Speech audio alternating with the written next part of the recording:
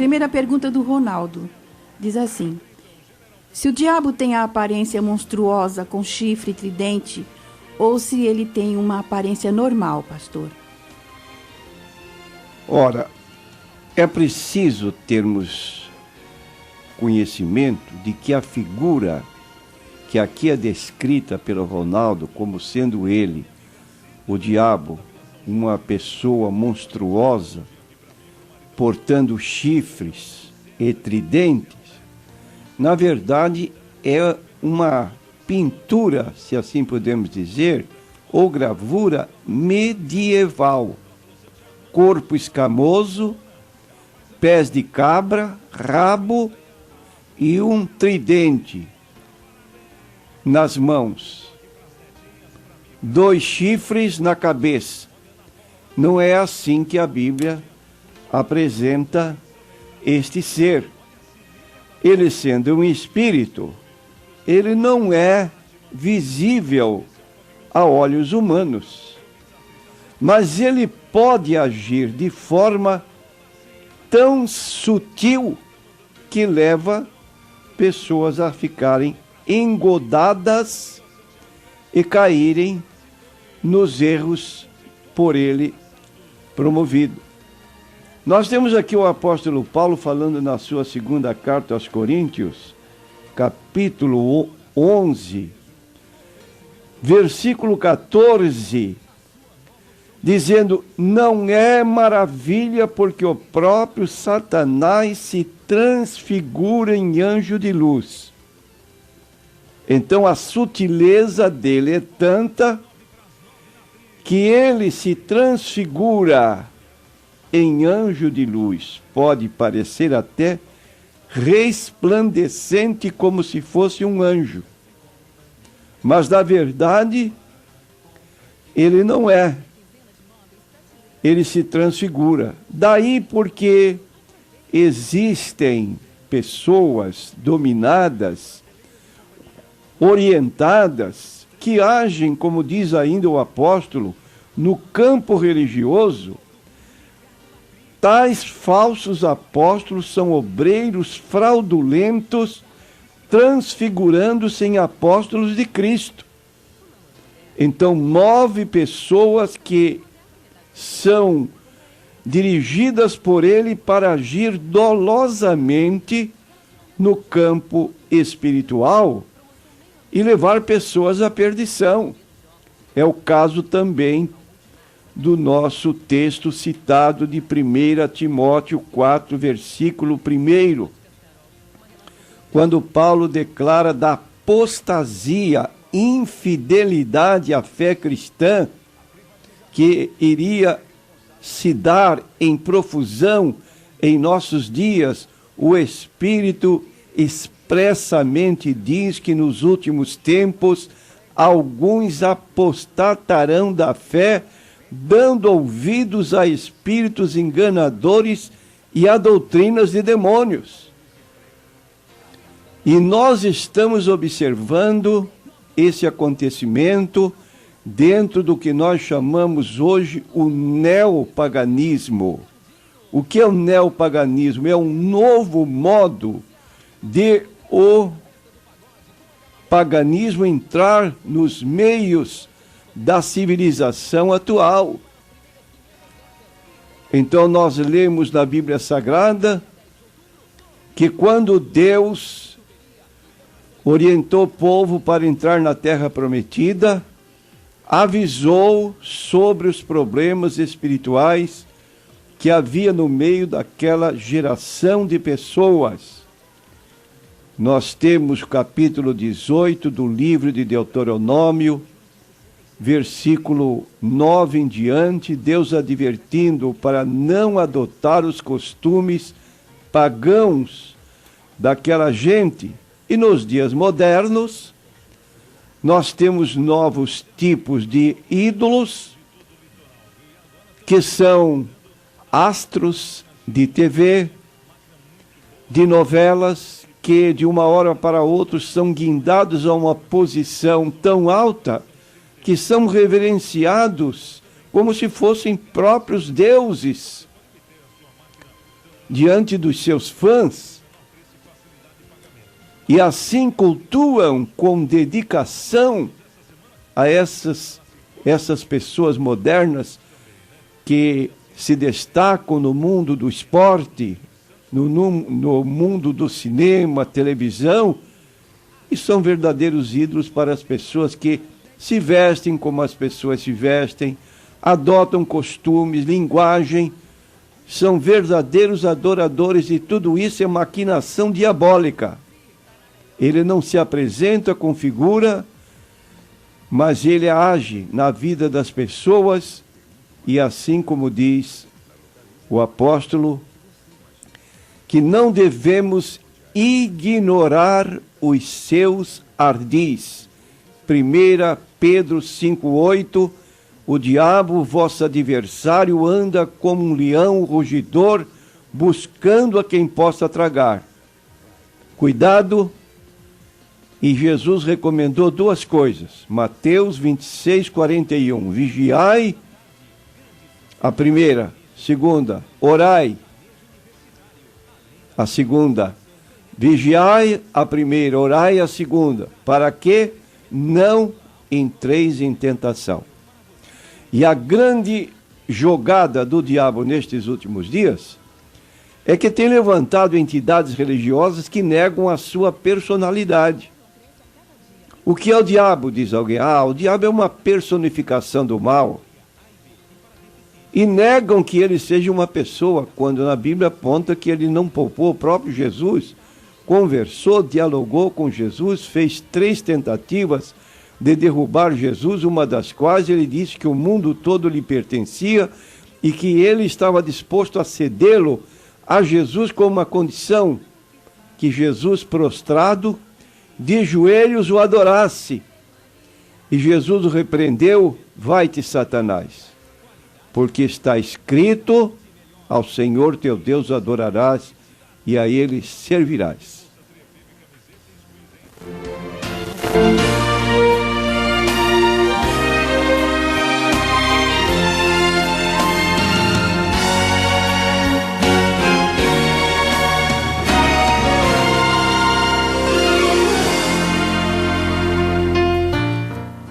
Uma mulher NQI faz a seguinte pergunta: as igrejas adventistas, sabatistas e Brasil para Cristo, elas são evangélicas ou heresia, pastor Natanael? Quero dizer que a igreja, o Brasil para Cristo, é uma igreja pentecostal e ela tem suas doutrinas que nós chamamos ortodoxas. Ortodoxia significa o que é correto.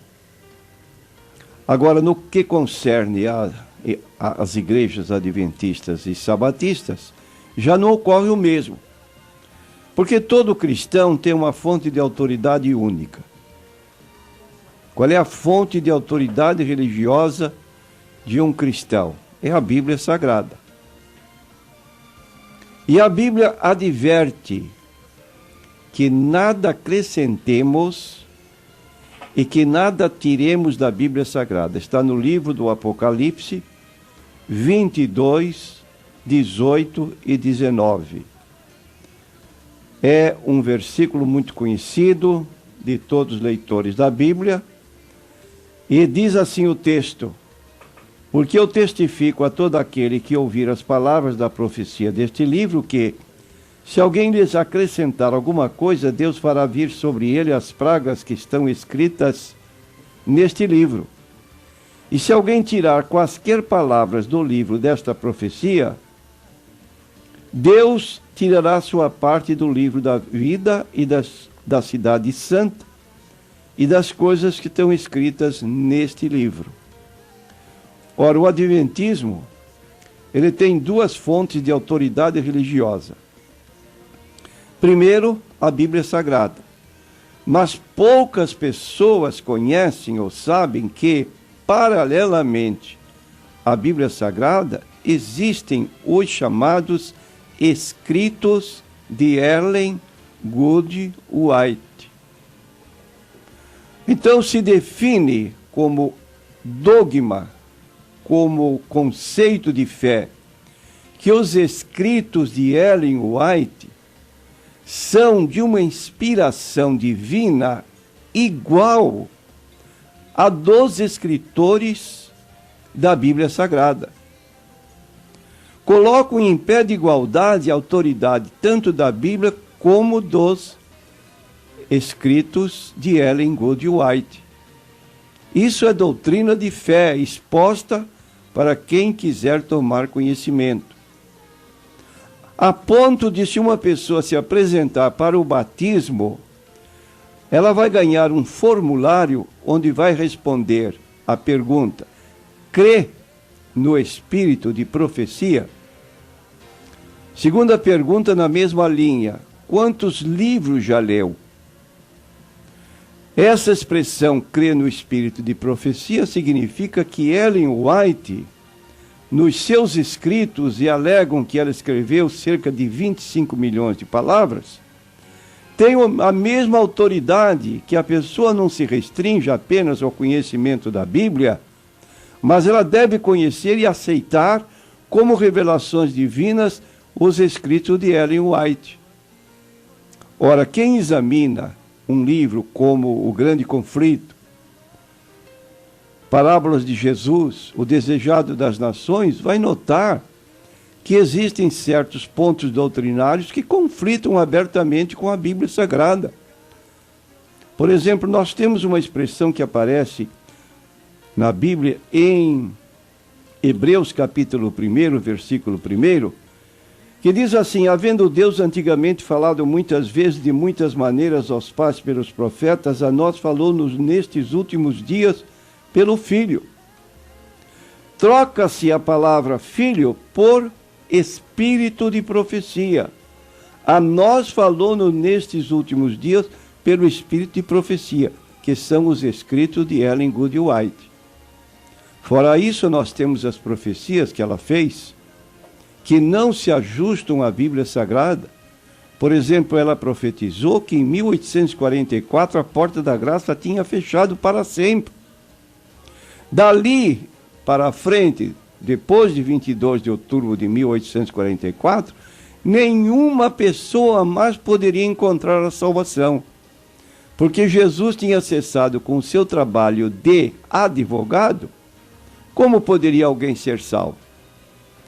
5 anos ou 6 anos depois, em 1851, 7 anos exatamente, foi mudado o conceito de ela admitir que errou na sua afirmação, que havia recebido da parte de Deus, e agora, então, a porta da graça está ainda fechada.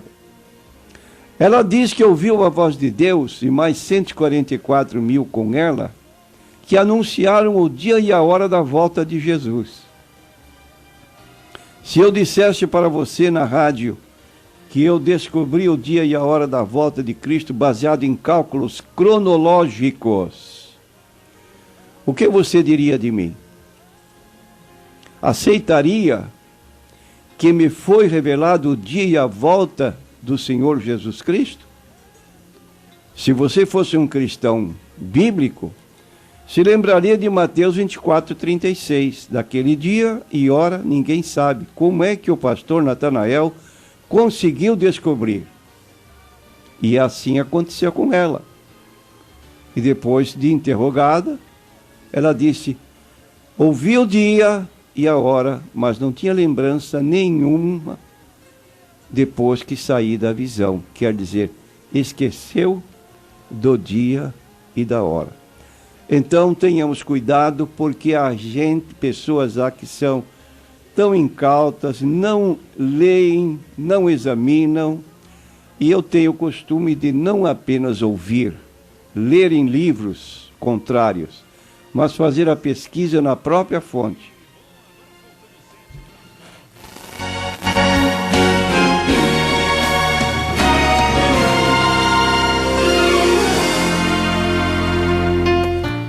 Outro NQI. Citando Isaías 29, versículo 4, os Mormons usam o texto para incentivar os leitores da Bíblia a ler o livro de Mórmon, afirmam que o livro de Mórmon contém assuntos familiares.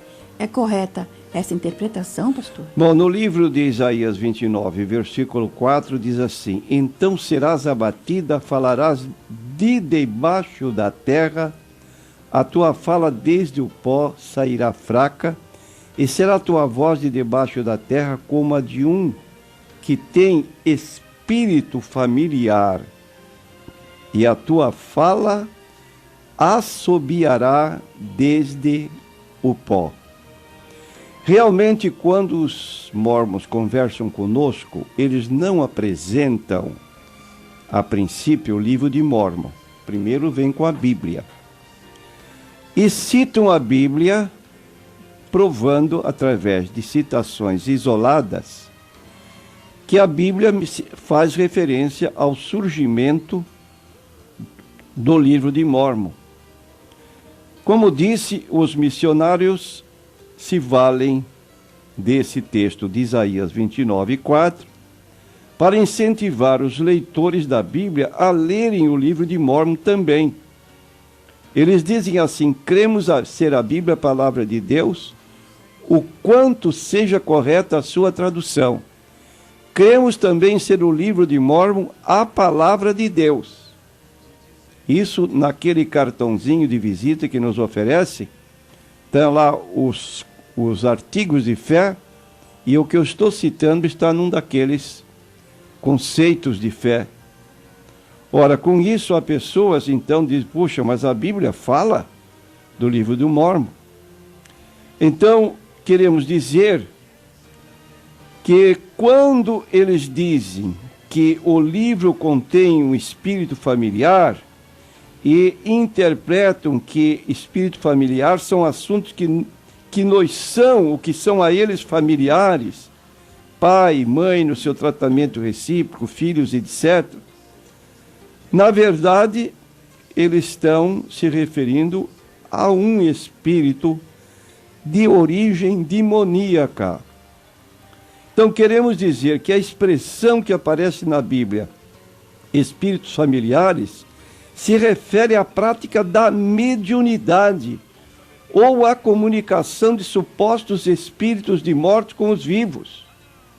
É só lermos a Bíblia no livro de Isaías mesmo, capítulo 8, versículo 19, está escrito aqui: quando vos disserem consultai os que têm espíritos familiares, e os adivinhos que cochicham e murmuram, porventura não consultará o povo a seu Deus? A favor dos vivos consultar-se-á aos mortos? Aqui está condenando essa prática de consultar espíritos familiares, de modo que, se nós admitirmos que eles usam esse texto para justificar o livro de Mórmon, qual a mensagem do livro de Mórmon? A mensagem de um morto, que está falando de debaixo da terra. Isso é prática mediúnica.